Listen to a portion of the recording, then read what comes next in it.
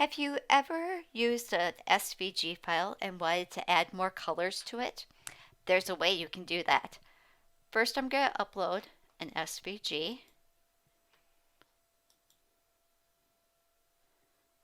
Let's use, I think this one. Yep, that's pretty.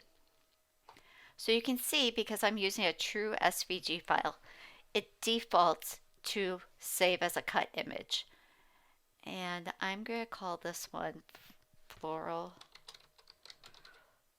Circle. And click Upload. That's really all you need to do to upload a true SVG file. Now I select it. I can see it's selected because it has the green outline.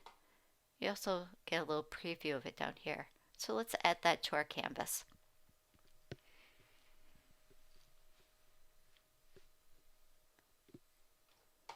Perfect. I'm going to just make it a little bit smaller so it fits in the screen better. Okay. This is a beautiful image, and I could cut it out of black vinyl, just like this, and that would be great. But what if I wanted to add some layers of color? I can do that. I want to color in this flower and then some of these leaves.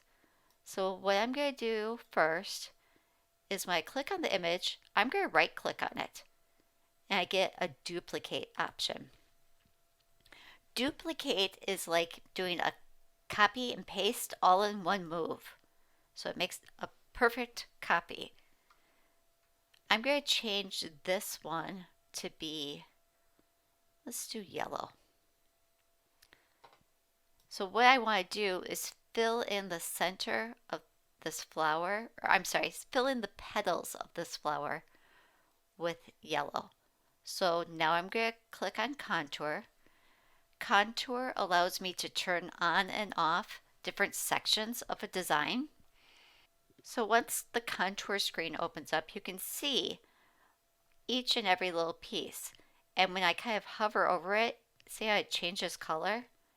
So what I want to do, I could even come over here. I'm going to turn off some things. Ooh, watch what happens there. Okay, watch what happens down here when I click this very first piece, which is the outline. See how it changed everything and filled in the centers? That's what I want. I want that filled in. So I'm guessing that piece is this one, which means I should just be able to click and turn off most of this other stuff. And my design would be ready to go.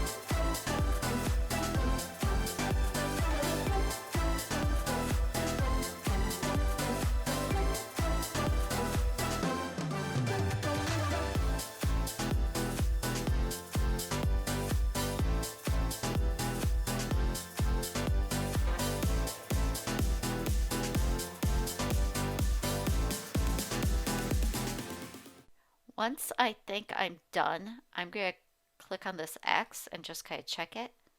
And it looks like I got everything. So now I would just slide this piece over here and I would layer it inside like that. So when I go to cut this, it's going to cut on two separate mats, and I would be able to then layer those on top of each other. If I wanted to do that whole process again, but fill in some of these leaves as green, I could click on this image and use the duplicate button up here, or use the right click duplicate, either one. And now I can change this one to green. Let's go with deep green. And now I can do a very similar thing.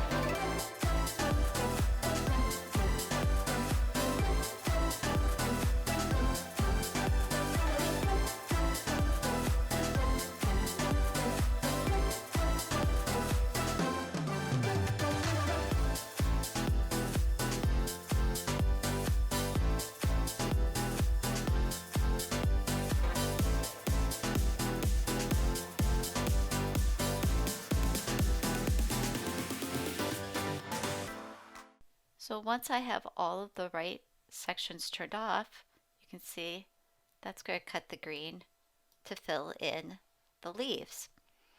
So now when I hit make it, the Cricut is smart enough that it's going to separate each section onto a different cutting mat because these are each individual layers of separate colors.